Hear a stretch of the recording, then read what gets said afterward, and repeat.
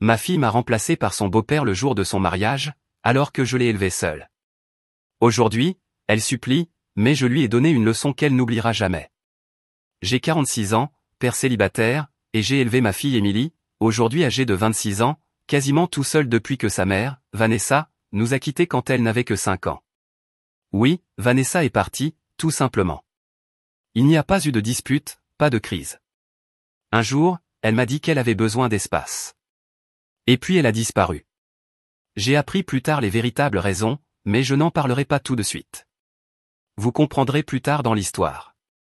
Ce jour-là, je me suis retrouvé seul à devoir assumer, à me débrouiller pour élever une gamine sans aide. Ce n'était pas facile, mais je l'ai fait. J'ai bossé de longues heures, je me suis assuré qu'Émilie ait tout ce dont elle avait besoin. Et j'étais là. Présent pour chaque moment, grand ou petit. Pendant 12 ans, il n'y avait que nous deux. Émilie était toute ma vie. Et je crois pouvoir dire que je ne m'en suis pas trop mal sorti. J'étais là pour chaque genou écorché, chaque contrôle d'école, chaque jour difficile. Bien sûr, elle me posait parfois des questions sur sa mère, surtout en grandissant. Où est-elle? Pourquoi est-elle partie? Est-ce que c'est de ma faute? Cette dernière question m'a brisé à chaque fois. Je lui répondais toujours, non ma chérie, ce n'est pas ta faute, ta maman t'aime, elle avait juste besoin d'aller ailleurs. Je n'ai jamais dit du mal de Vanessa, même si au fond de moi, j'en avais parfois très envie. Je me suis dit qu'Émilie comprendrait par elle-même, en grandissant. Et puis un jour, Émilie avait 17 ans, et Vanessa est réapparue. Un samedi après-midi banal. J'étais dehors à m'occuper du jardin, pendant qu'Émilie révisait un contrôle d'histoire à l'étage. La sonnette a retenti. J'ai cru que c'était un voisin ou une livraison. Mais en ouvrant la porte, elle était là. Vanessa. Elle avait changé. Bien habillée, maquillée, un sac de marque au bras, souriante comme si on se connaissait depuis toujours. James, m'a-t-elle lancé d'un ton doux, comme si rien ne s'était passé. Avant même que je trouve quoi dire, Émilie est descendue, et elle s'est figée en voyant sa mère. Elle a murmuré maman, comme si elle doutait de ne pas rêver. Vanessa s'est illuminée, a ouvert les bras. Émilie s'est jetée dedans, et elles se sont serrées comme si les 12 années n'avaient jamais existé. Moi, je suis resté planté sur le seuil, avec l'impression d'être devenu un étranger dans ma propre maison. J'aimerais dire que c'était le pire, mais non. Vanessa n'était pas seulement revenue pour dire bonjour. Elle est revenue avec toute une nouvelle version de l'histoire. Une version dans laquelle j'étais le méchant. J'aurais pu tout balancer. Raconter les dégâts qu'elle avait laissés. Mais je me suis tu. Parce que je ne voulais pas briser le cœur d'Émilie. Au fil des semaines, elles ont commencé à passer de plus en plus de temps ensemble. Déjeuner, balade en ville, moment mère-fille. Je n'ai rien voulu empêcher. Émilie méritait de connaître sa mère. Mais Vanessa ne faisait pas que renouer. Elle réécrivait l'histoire. Elle disait à Émilie qu'elle était partie parce que j'étais contrôlant, que je lui avais rendu la vie impossible. Elle prétendait être restée loin toutes ces années parce qu'elle ne se sentait pas en sécurité pour revenir. Et le pire, c'est qu'Émilie commençait à la croire.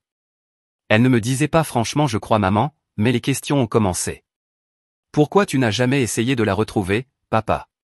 Pourquoi tu ne l'as pas laissée revenir plus tôt? Comme si j'avais verrouillé la porte pendant toutes ces années. Et ce n'était pas tout. Vanessa n'est pas revenue seule.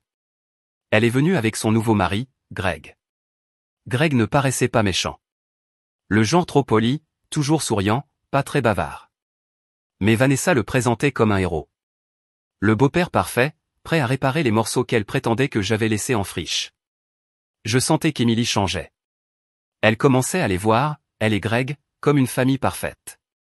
Et moi, j'étais devenu le type qui avait fait tout le sale boulot, quand eux n'étaient pas là.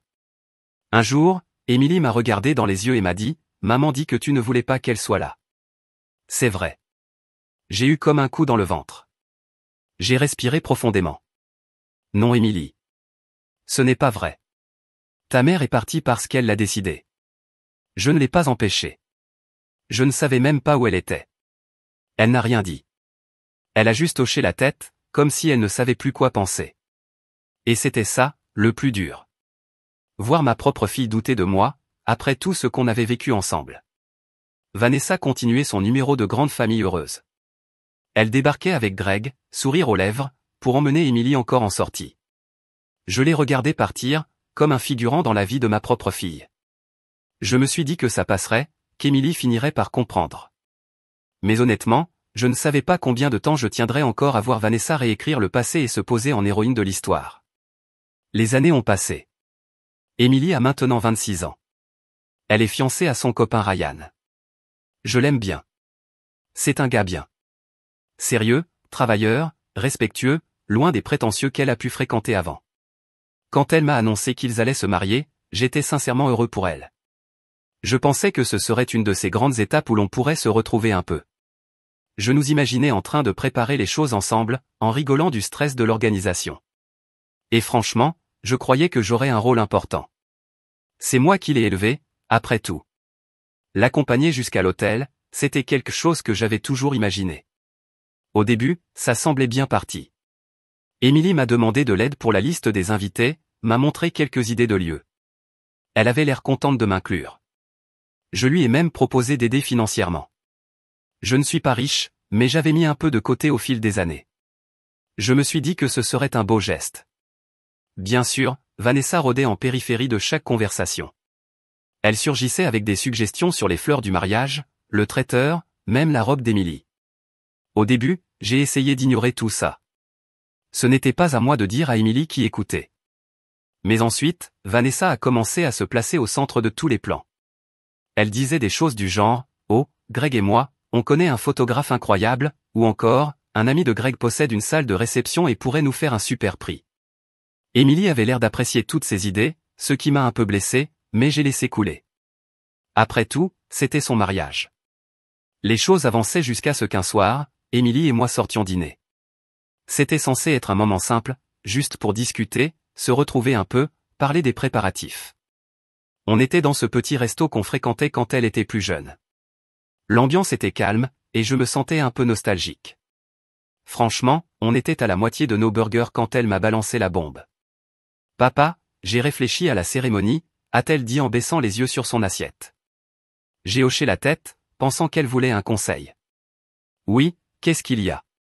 Elle a pris une grande inspiration, puis elle a dit « Je pense que j'aimerais que Greg m'accompagne jusqu'à l'hôtel. » Je me suis figé.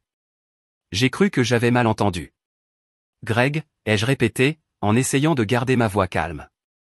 Elle a hoché la tête, sans me regarder.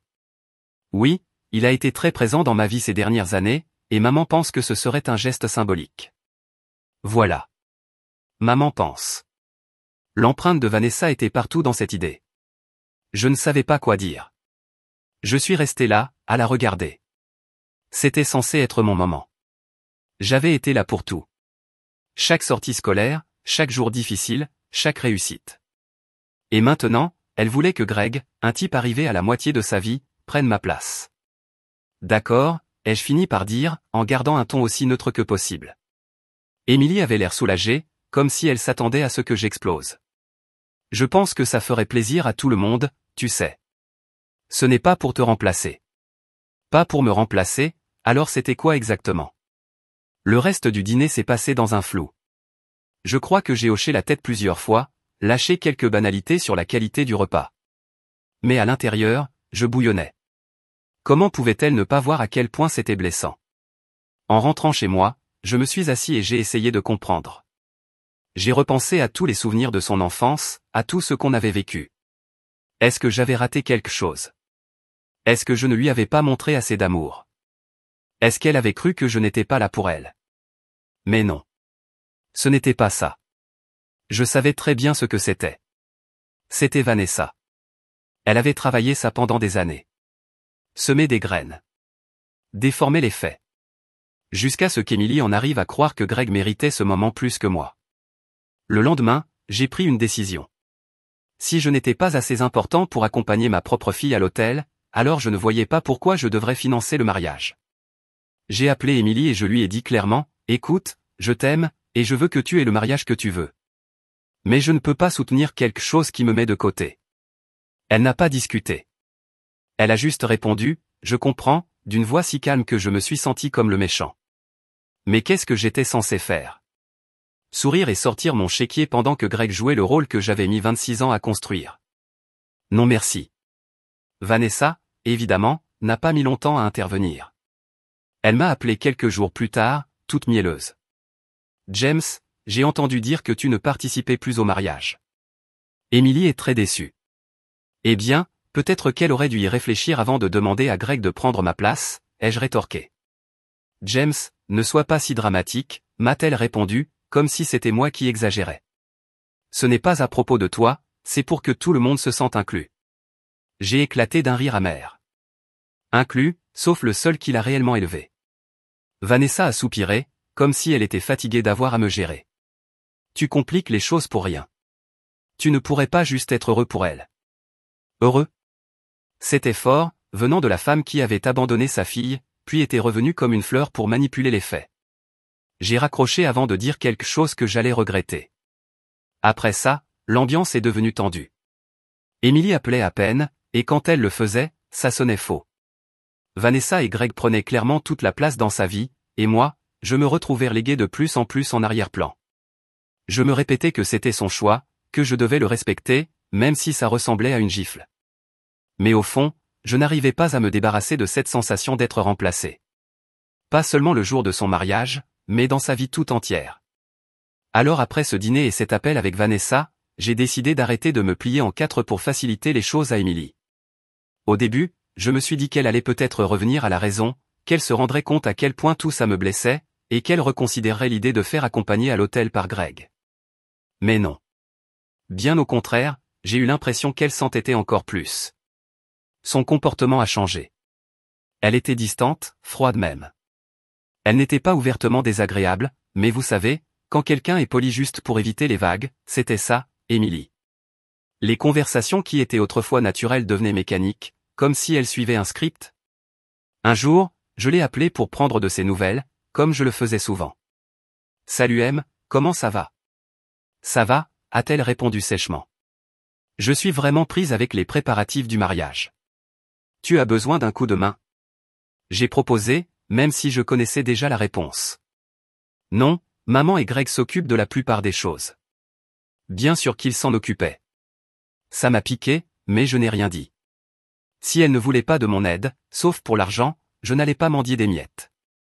Et pourtant, c'était dur de ne pas se sentir complètement mis à l'écart. Ce n'était plus juste une histoire de mariage. C'était toute ma place dans sa vie qui était remise en question. Vanessa, évidemment, savourait chaque instant. Elle revenait sans cesse avec ses petites remarques passives agressives du genre « Oh, Greg est tellement enthousiaste à l'idée de jouer un rôle si important pour le grand jour d'Emily. » Ou encore « Emily s'appuie beaucoup sur Greg ces derniers temps, ça les a vraiment rapprochés. » J'avais envie de lui dire d'aller se faire voir, mais je savais que ça ne ferait qu'empirer les choses. Vanessa avait un talent certain pour transformer chaque situation en mélodrame centré sur elle. Si je craquais, elle en profiterait pour me faire passer pour l'ex-aigri et déraisonnable. La goutte d'eau, c'est quand j'ai appris que Vanessa et Greg avaient, en pratique, pris le contrôle total du mariage. Emily ne me tenait même plus au courant des décisions importantes. Je n'en entendais parler que par ma sœur Laura, qui essayait encore de jouer les médiatrices. Emily m'a dit qu'elle allait faire asseoir maman et Greg à la table d'honneur avec elle et Ryan, m'a lancé Laura, un jour, d'un ton presque anodin. Et moi? J'ai demandé, même si je connaissais déjà la réponse. Elle a dit que tu serais à la table familiale, avec les autres membres de la famille. Et comme si ça ne suffisait pas, Emily a commencé à aller encore plus loin. Elle a dit à Laura qu'elle ne pensait pas que je devrais faire de discours pendant la réception. Ce serait gênant, a-t-elle dit, vu que c'est Greg qui l'accompagne à l'hôtel, on ne voudrait pas que papa lui vole la vedette. Lui voler la vedette? Tu te fiches de moi? Ce type n'est apparu dans sa vie qu'à l'âge adulte, et maintenant, il aurait droit au projecteur, pendant que moi, je devais rester assis, silencieux, au fond de la salle? Ça ne s'est pas arrêté là. Laura m'a confié plus tard que Vanessa et Emily envisageaient de ne même pas mettre mon nom dans le livret de cérémonie. Pas de père de la mariée, pas la moindre mention de mon rôle dans sa vie. Juste Vanessa et Greg, en pleine lumière. Quand j'ai entendu ça, j'ai compris qu'il n'y avait plus rien à tenter. Ils ne me mettaient pas seulement de côté. Ils étaient en train de m'effacer, complètement. Si c'est ce qu'ils voulaient, très bien. Mais je n'allais pas rester là à le regarder se faire. Après tout ce que j'avais fait, j'ai fini par atteindre ma limite. Je n'allais pas m'asseoir à ce mariage, faire semblant de sourire, et regarder un autre homme accompagner ma fille, pendant que je restais sur le côté à applaudir poliment. Non. Hors de question.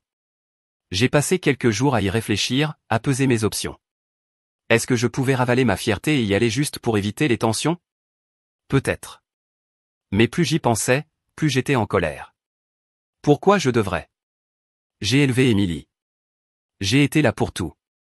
Vanessa a disparu. Greg ne savait même pas qu'elle existait. Et maintenant, je devais me tenir là, sourire aux lèvres? Non. Ce n'était pas pour moi. Alors j'ai pris ma décision. Je n'allais pas au mariage. Quand je l'ai dit à Laura, ma sœur, elle n'était pas vraiment ravie. James, c'est ta fille, m'a-t-elle dit, exaspérée. Tu vas le regretter si tu n'y vas pas. Non Laura, ai-je répondu. Ce que je regretterais, c'est de rester là à regarder Greg faire ce que j'aurais dû faire. Ce n'est pas une question d'orgueil. C'est une question de respect. Et Emily m'a clairement montré où j'en étais. Laura a soupiré, mais je voyais bien qu'elle n'était pas convaincue. Je comprends, mais tu ne penses pas que ne pas aller au mariage va juste empirer les choses?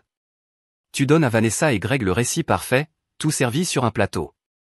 Elle n'avait pas tort, mais je n'étais pas prêt à céder. Peu importe ce que je fais, ils vont toujours tout retourner contre moi. Au moins, comme ça, je ne me torture pas à me forcer à sourire. Et je ne plaisante pas. Dès que Vanessa a pris ma décision, les coups de fil ont commencé. Au début, elle a joué la carte de la coparente concernée. James, tu ne vas pas venir au mariage? Tu te rends compte à quel point ça va blesser Emily? C'est elle qui a choisi de me blesser, Vanessa, ai-je répondu calmement. Je ne fais que réagir à ses décisions. Ne sois pas ridicule, a dit Vanessa, d'un ton dégoulinant de condescendance. Ce n'est pas à propos de toi, c'est pour Emily, c'est son grand jour. Je sais très bien de quoi il s'agit, ai-je répliqué. Il s'agit de toi et de Greg, qui essayez de prendre le contrôle depuis que vous êtes revenu dans sa vie. Je ne joue plus le jeu. C'est à ce moment-là que Vanessa a changé de ton. Elle est passée de la fausse inquiétude à la manipulation pure. Si tu ne viens pas, tout le monde verra quel genre de père tu es vraiment, a-t-elle dit. Tu vas humilier Emily devant tous ses invités. J'ai ri, mais ce n'était pas de l'humour. Oh Vanessa. Tu me fais passer pour le méchant depuis des années. Ne fais pas comme si c'était nouveau. Si Emily a honte, peut-être qu'elle devrait se demander pourquoi je ressens ce que je ressens. Vanessa n'a pas apprécié ma réponse. Elle a raccroché, mais je savais que ce n'était pas fini. Ensuite, c'est Emily qui a appelé. Elle ne m'a pas agressé comme sa mère, mais j'entendais bien la frustration dans sa voix. Papa, qu'est-ce que j'entends, tu ne viens pas au mariage? J'ai pris une grande inspiration. Emily, j'y ai longuement réfléchi, et je ne peux pas. Je ne peux pas m'asseoir là et regarder quelqu'un d'autre prendre ma place. Ce n'est pas juste pour moi. Ce n'est pas pour te remplacer, a-t-elle dit, la voix plus tendue. Je te l'ai déjà dit. Greg compte beaucoup pour moi aussi. Et moi alors, Emily? Où est-ce que je me situe dans tout ça? Tu as pris toutes ces décisions pour m'écarter, et maintenant tu veux que je vienne, que j'applaudisse gentiment. Je ne peux pas faire ça. Emily a poussé un gros soupir, comme si j'étais celui qui avait tort. J'essaie de faire plaisir à tout le monde, papa. Pourquoi tu dois compliquer les choses? Je ne complique rien, ai-je dit d'un ton ferme. Je me fais simplement respecter. Tu as fait ton choix, maintenant je fais le mien. Elle ne l'a pas bien pris. Elle a marmonné quelque chose à propos de moi qui serais égoïste, puis elle a raccroché. Je suis resté là un moment après l'appel, mais je savais que je ne pouvais pas flancher. Et là, la pression a commencé. Vanessa a commencé à appeler les membres de la famille, leur disant que j'abandonnais Emily le jour de son mariage. D'un coup, j'ai eu des cousins, des oncles, même une tante à qui je n'avais pas parlé depuis des années, qui m'appelaient pour donner leur avis. James, voyons, m'a dit l'un de mes cousins, ce n'est qu'un jour, ne laisse pas ça détruire ta relation avec Emily. Ce n'est pas qu'un jour, ai-je répondu. C'est le résultat de plusieurs années où Vanessa a tordu la réalité à son avantage. Ce mariage, c'est juste la goutte d'eau. Même ma mère s'en est mêlée. Et même si elle le pensait bien, ça m'a quand même touché. Mon chéri, tu as toujours été un bon père. Ne laisse pas ça être le souvenir qu'Emily gardera. Maman, c'est elle qui a décidé de m'exclure, ai-je dit en essayant de garder mon calme. Je ne vais pas rester là, à regarder Emily et Vanessa faire comme si je n'avais jamais existé. Peu importe combien on a essayé de me faire culpabiliser, je n'ai pas cédé. Je savais très bien que tout le monde n'avait qu'une version des faits, celle de Vanessa et d'Emily.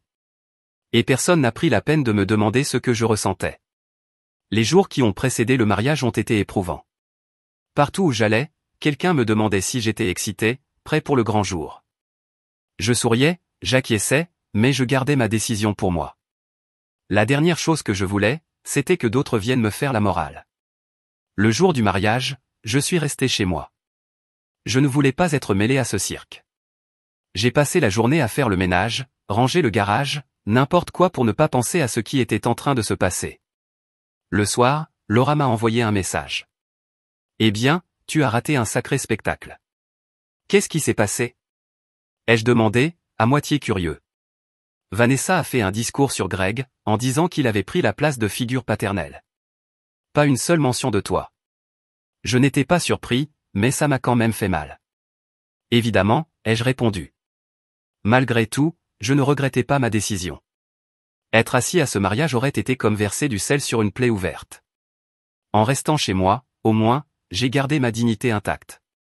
Vanessa et Emily pouvaient raconter leur version comme elles le voulaient, moi je connaissais la vérité. Parfois, se faire respecter, c'est aussi savoir s'éloigner, même si ça fait mal. Après avoir refusé d'assister au mariage, j'ai passé pas mal de temps à réfléchir à tout ça. Une question revenait sans cesse. Si Emily pouvait me mettre aussi facilement de côté aujourd'hui, qu'est-ce que ça voulait dire pour l'avenir? Je me suis dit que si elle était capable de faire ça maintenant, alors ce n'était pas difficile d'imaginer qu'elle continuerait à adopter le récit de Vanessa, au fil des années. Et si ce n'était que le début?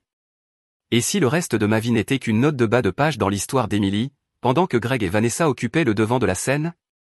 Je ne pouvais pas laisser ça arriver. C'est là que j'ai pris une décision. J'ai décidé de changer mon testament. Ce n'était pas par vengeance. C'était une question de protection. Si elle voulait que Greg soit celui qu'elle considère comme son père, très bien. Mais alors, qu'il assume toutes les responsabilités qui vont avec, même après ma mort. Le lendemain matin, j'ai appelé mon notaire et j'ai pris rendez-vous. Une fois dans son bureau, je lui ai dit que je voulais retirer Emily de ma succession et laisser tout à une association caritative et à ma sœur Laura. Mon notaire a haussé un sourcil, mais n'a pas vraiment commenté. Il m'a posé quelques questions, sûrement pour s'assurer que je n'agissais pas uniquement sous le coup de la colère. Je lui ai expliqué calmement. Elle a choisi quelqu'un d'autre pour ce rôle dans sa vie. Je ne fais que rendre ça officiel. La procédure était simple. Et pourtant, en quittant ce bureau, je me suis senti à la fois soulagé et profondément triste. D'un côté, j'avais enfin le sentiment de m'affirmer. De l'autre, je devais renoncer à la vision que j'avais toujours eue de notre avenir. Celle où Emily et moi restions proches, où je la regardais construire sa vie et sa famille. Je pensais que cette décision resterait privée, peut-être même jusqu'à ma mort. Mais d'une manière ou d'une autre, Emily l'a appris en quelques jours. Je soupçonne que Laura ait laissé échapper quelque chose, même si elle jure que non. Peu importe. L'appel que j'ai reçu d'Emily n'avait rien d'agréable. Papa, c'est quoi cette histoire de testament? Tu me vires de ta succession? A-t-elle lâché, sans même un bonjour? J'ai soupiré, déjà prêt pour l'affrontement. Je pense que tu sais très bien pourquoi, Emily. Non, je ne sais pas, a-t-elle lancé sèchement. Tu fais ça juste pour me punir, c'est ça? Pas du tout, ai-je répondu calmement. Il ne s'agit pas de punition. Il s'agit de fixer des limites. Tu as fait ton choix, maintenant je fais le mien. Elle est restée silencieuse quelques secondes, puis a dit, tu es ridicule. Tu es mon père. Juste parce que j'ai inclus Greg, ça ne veut pas dire que tu ne comptes pas. Les actes parlent plus fort que les mots, ai-je répliqué. Tu n'as pas juste inclus Greg. Tu l'as choisi. Tu as montré clairement qui tu considérais comme ton père, dans les moments qui comptent le plus. Et je respecte ce choix en me mettant en retrait. Sa voix s'est mise à trembler. Je sentais qu'elle était émue. Alors c'est ça? Tu me coupes complètement? Non. Appelons ça autrement. Je trace une ligne. J'ai passé des années à te mettre en priorité, Emily. Mais je ne vais pas continuer si tu ne reconnais pas ce que j'ai fait pour toi. Elle n'a plus dit grand-chose après ça. Elle a murmuré que j'étais injuste, puis elle a raccroché. Pendant plusieurs jours, j'ai cru qu'elle allait rappeler, qu'on allait pouvoir parler vraiment. Mais le téléphone est resté silencieux. À la place, j'ai commencé à recevoir des appels d'autres membres de la famille. Des gens qui, évidemment, avaient entendu la version de Vanessa. Vanessa, bien sûr, s'est emparée de la nouvelle. Elle a appelé Laura en pleurnichant que j'étais cruel, que ça faisait souffrir Émilie. Elle a même dit à certains proches que j'avais renié Émilie complètement. Mais tu sais quoi? Je m'en fichais. Pour la première fois depuis longtemps, je me sentais libre. Je me tenais debout. Je n'allais plus laisser Vanessa, ou qui que ce soit d'autre, dicter ce que je devais ressentir ou faire. Environ une semaine plus tard, j'ai reçu un dernier appel d'Émilie. Cette fois, elle ne criait pas. Mais sa voix était plus froide que jamais. Je veux juste savoir une chose, m'a-t-elle dit. Est-ce que tu tiens encore à moi, au moins? J'ai senti mon cœur se serrer. Mais je suis resté ferme. Bien sûr que je tiens à toi, Émilie. Et je tiendrai toujours à toi. Mais tenir à toi, ça ne veut pas dire accepter que tu me traites comme si je ne comptais pas. Tu as brisé quelque chose entre nous. Et ça prendra des années à réparer, si jamais c'est possible. Elle n'a presque rien répondu. Elle m'a remercié pour ma franchise, sur un ton sarcastique au possible, puis elle a raccroché. Couper les ponts n'a pas été facile. Pendant des semaines, je me suis demandé si j'avais fait le bon choix. Mais à chaque fois que j'y repensais, je revenais à la même conclusion. Il fallait que je me protège. Si Émilie ne voyait plus la valeur de tout ce que j'avais fait pour elle, alors je n'allais plus continuer à investir mon énergie dans une relation à sens unique. Après ça, je me suis dit qu'ils allaient continuer leur vie de leur côté, et moi la mienne. Ce à quoi je ne m'attendais pas, c'est que la toile de mensonges tissée par Vanessa commence à se défaire aussi vite, et surtout de façon aussi publique.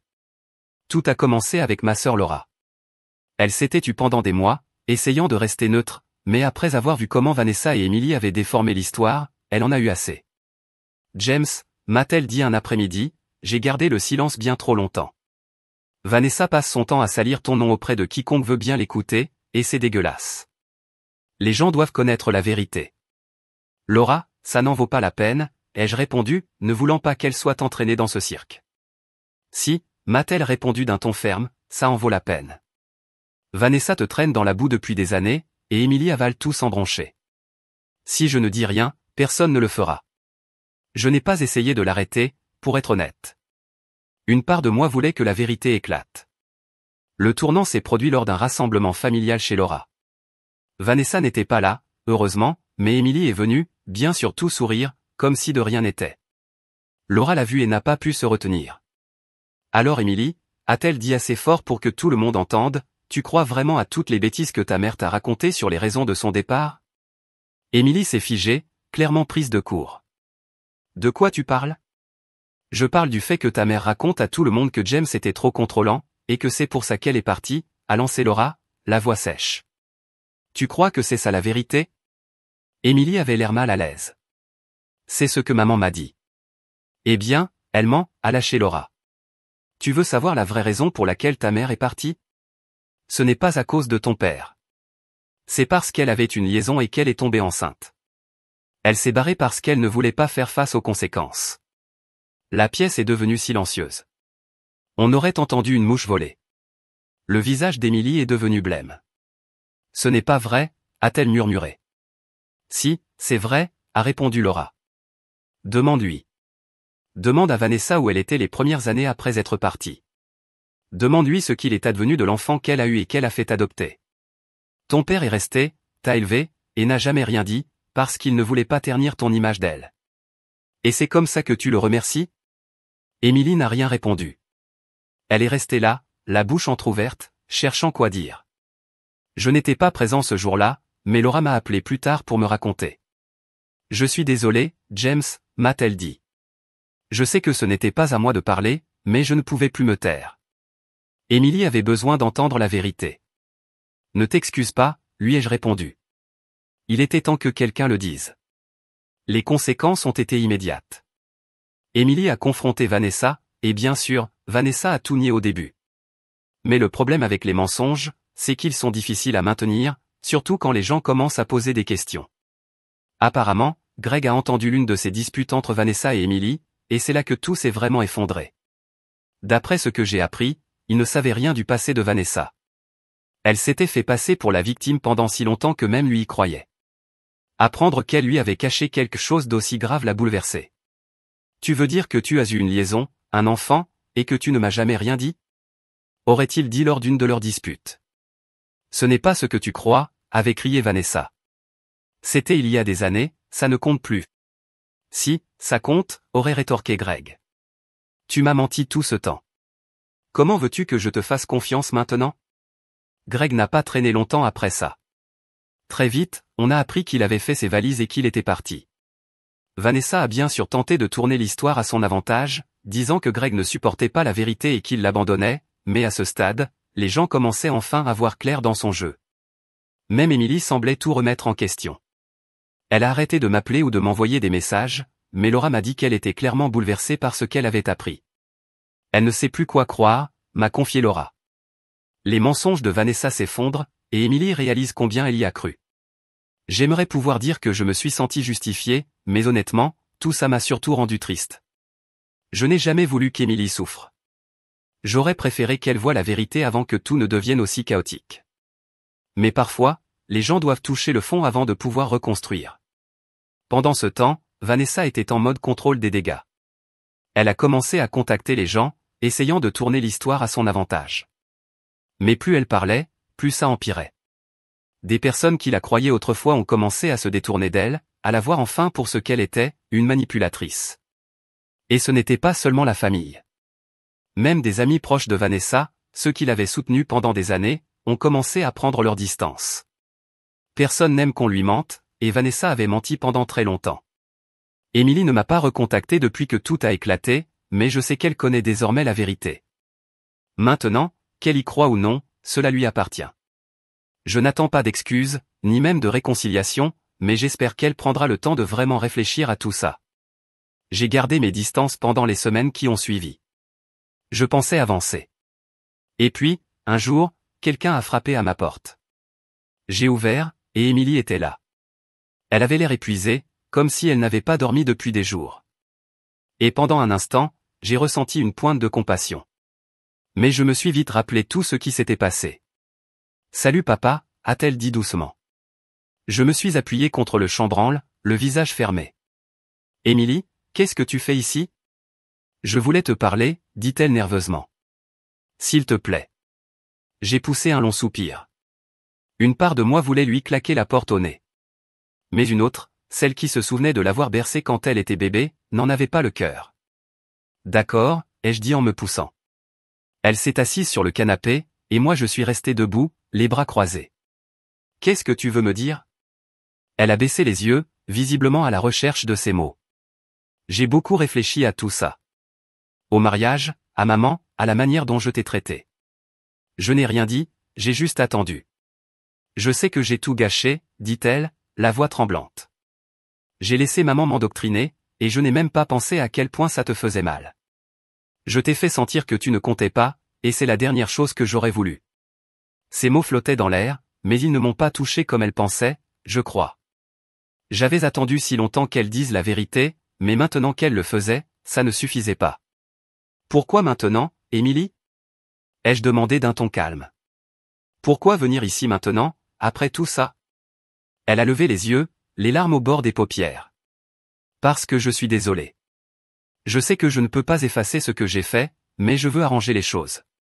Je veux réparer. J'ai laissé échapper un rire amer. Réparer ? Emily, ce n'est pas quelque chose que tu peux juste réparer. Tu ne m'as pas seulement blessé, tu m'as remplacé. Tu as clairement montré que Greg et Vanessa étaient ta priorité. Et maintenant que tout s'est écroulé, tu veux revenir comme si de rien n'était. Ce n'est pas ce que je dis, répondit-elle, la voix brisée. C'est juste que, tu me manques, papa. Tu nous manques. J'ai secoué la tête, plus fatigué que furieux. Emily, j'ai passé 26 ans à te mettre en priorité. Je t'ai donné tout ce que j'avais. Et au moment où tu aurais pu me rendre ne serait-ce qu'un peu de cette loyauté, tu les as choisis, eux. Est-ce que tu as seulement une idée de ce que ça m'a fait ? Elle n'a pas répondu. Elle s'est contentée d'essuyer ses larmes en silence.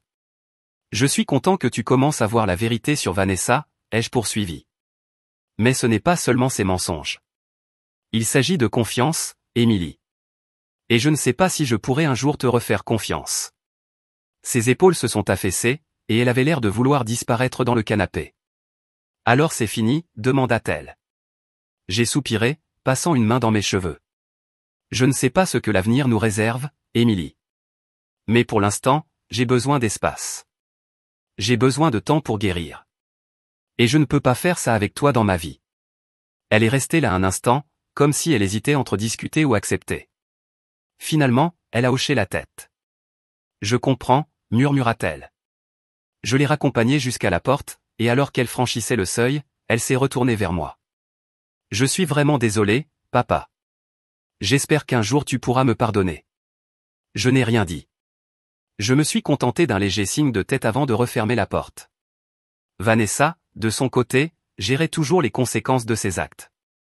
On a appris que Greg avait déposé une demande de divorce, et que la plupart des membres de la famille avaient pris leur distance avec elle. Elle était seule. Et franchement, je m'en fichais. Elle avait creusé sa propre tombe. Je ne dis pas que c'est facile. Il y a encore des jours où Émilie me manque. Où je repense à l'époque d'avant, quand Vanessa n'était pas encore revenue tout gâcher. Mais j'ai appris une chose, parfois, le mieux que l'on puisse faire pour soi-même, c'est de s'éloigner de ceux qui vous blessent. Même s'ils font partie de votre famille. Peut-être qu'un jour, Émilie et moi retrouverons un chemin vers l'un l'autre. Mais pour l'instant, je suis en paix avec ma décision. J'ai passé trop d'années à donner à des gens qui ne me valorisaient pas. Il est temps, enfin, que je me choisisse.